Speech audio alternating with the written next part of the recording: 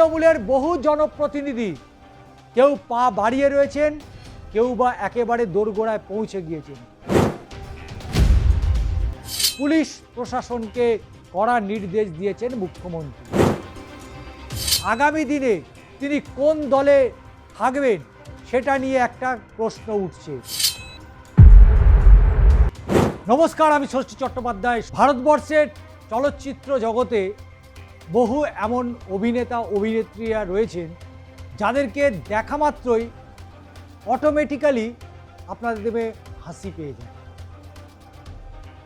কিন্তু এই রকম বিরল চরিত্র অভিনয় করাটা কিন্তু অত্যন্ত কঠিন। যতটা সহজ মনে হয় ততটা সহজ নয়। দর্শক হাসবেন, কিন্তু যিনি অভিনয় করছেন তিনি কিন্তু হাসবেন না। এই রকম ব্যতিক্রমী চরিত্র, এই ব্যতিক্রমী চরিত্র আমরা দেখেছি ভারতীয় রাজনীতিতেও বেশ কয়েকজনকে পাওয়া যায়। আর সেই ব্যতিক্রমী চরিত্র বেশ কয়েকজনের মধ্যে অবশ্যই সাগরদিঘির বিধায়ক বায়রন বিশ্বাস। আমার মনে হচ্ছে আমরা বিজেপির বিধায়ক। প্রশাসনিক বৈঠক শেষেই বায়রনের শুভেন্দু বন্দনা। মালদা, মুর্শিদাবাদ, উত্তর দক্ষিণ দিনাজপুর এই 4 জেলাকে নিয়ে প্রশাসনিক বৈঠক করেছিলেন মুখ্যমন্ত্রী শুভেন্দু অধিকারী। আর সেখানেই হাজির হয়েছিলেন 4 জেলার জনপ্রতিনিধিরা, তৃণমূল, কংগ্রেস, সিপিএম, বিজেপি সকলেই।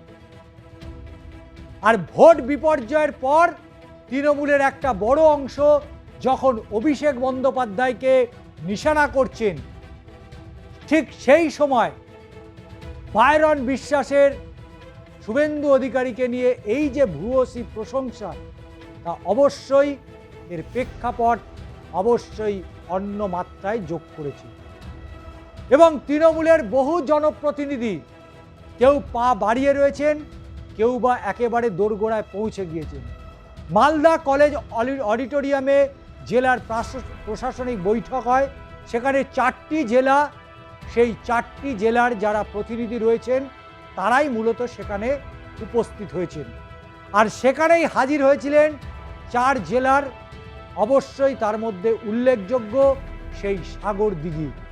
আর সাগরদিঘির তৃণমূল কংগ্রেসের বিধায়ক বায়রন বিশ্বাস, তিনি শপথ গ্রহণ অনুষ্ঠানে কি করেছিলেন সকলেই জানেন। শেষে বায়রন বিশ্বাস মুখ্যমন্ত্রীর একেবারে দরাজ সার্টিফিকেট দিচ্ছেন। বায়রন বিশ্বাস বলছেন যে প্রশাসনিক বৈঠকের শেষে যা বুঝলাম, যেটা খুবই ভালো উন্নতি হবে, উন্নয়ন হবে, ভবিষ্যৎটা যা দেখছি তাতে একেবারেই মনে হচ্ছে না আমরা বিরোধী। মনে হচ্ছে যেন আমরাই বিজেপি একটা অঙ্গ, আমরা বিজেপির বিধায়ক। বায়রনের কথাতে মুখ্যমন্ত্রীকে নিয়ে এমন প্রশংসা শুনে বোঝা যায় যে তিনি আসলে সাগরদিঘির তৃণমূল বিধায়ক। শুভেন্দু অধিকারীর সঙ্গে বৈঠকের কথা তৃণমূলের বিদ্রোহী সাংসদদের। এবং এদিনের প্রশাসনিক বৈঠকে মূলত নদী ভাঙনের সমস্যা থেকে সীমান্ত রক্ষা সহ একাধিক গুরুত্বপূর্ণ বিষয়ে আলোচনা হয়। শামসেরগঞ্জ, বেলডাঙ্গা, মোথাবাড়িতে অতীতে যে হিংসাত্মক ঘটনা ঘটেছে যাতে তা আর না ঘটে তা নিয়েই বৈঠকে পুলিশ প্রশাসনকে কড়া নির্দেশ দিয়েছেন মুখ্যমন্ত্রী। আয়ুষ্মান ভারত প্রকল্পের আওতায় পরিযায়ী শ্রমিকদের আনা থেকে হাসপাতালের উন্নয়ন, নদী ভাঙন থেকে বিএসএফ আউটপোস্ট ভিজিট। মালদায় মুখ্যমন্ত্রীর প্রশাসনিক বৈঠকে উঠে এলো একাধিক গুরুত্বপূর্ণ প্রসঙ্গ।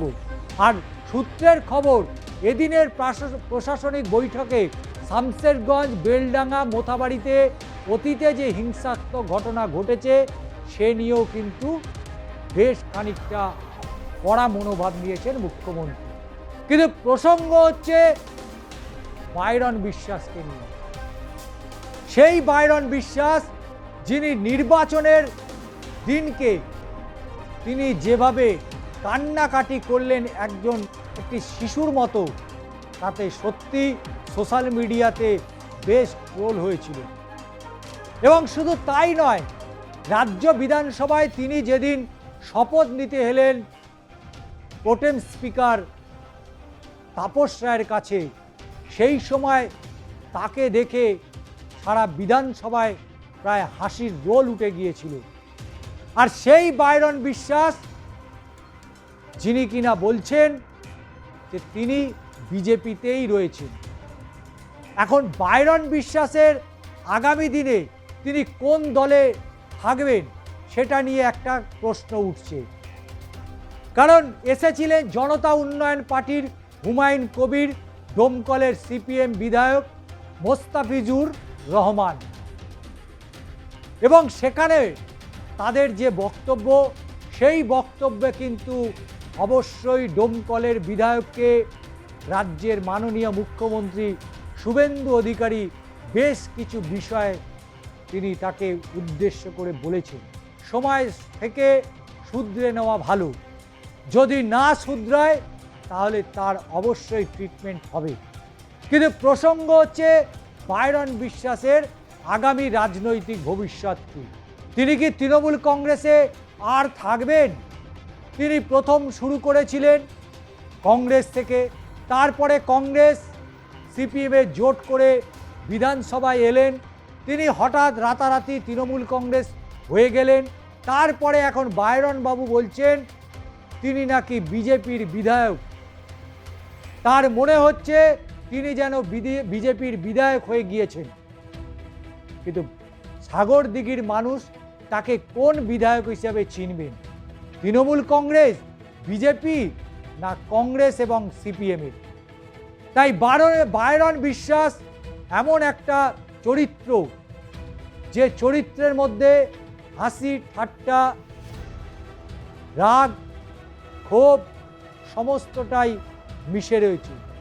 ভারতবর্ষের অভিনয় জগতে দিকপাল সব যারা হাস্যকৌতুক যারা অভিনেতা রয়েছেন বা অভিনেত্রী রয়েছেন, তাদের অনেককেই দেখলে অবশ্যই হাসি পায়। বাংলা সিনেমা জগতে অবশ্যই দুজন রয়েছেন যাদেরকে অবশ্যই দেখলে বেশ খানিকটা হাসি পায়, যার মধ্যে অন্যতম হচ্ছে কাঞ্চন মল্লিক।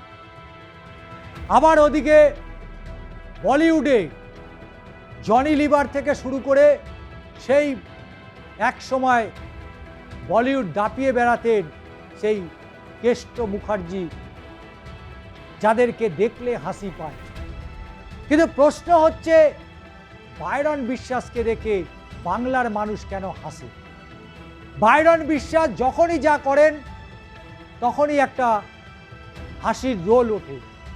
এবার বাইরন বিশ্বাসের নতুন যে তার ভাবনা, সেটাও হাসির কম কিছু নয়। আপনাদের বাইরন বিশ্বাসকে নিয়ে এই ভিডিও কেমন লাগলো অবশ্যই শোনাবো, এবং শুধু তাই নয়, এ বিষয় নিয়ে আপনাদের মতামত কি সেটাও আপনারা আপনাদের কমেন্ট বক্সে জানাবেন। চ্যানেলটিকে সাবস্ক্রাইব করবেন এবং বেল আইকনে প্রেস করতে একেবারেই ভুলবেন না। তবে যেতে যেতে বলে যাই, বাইরন বিশ্বাসের সেই ঐতিহাসিক বক্তব্য সেটাও আপনাদের আমরা শোনাবো।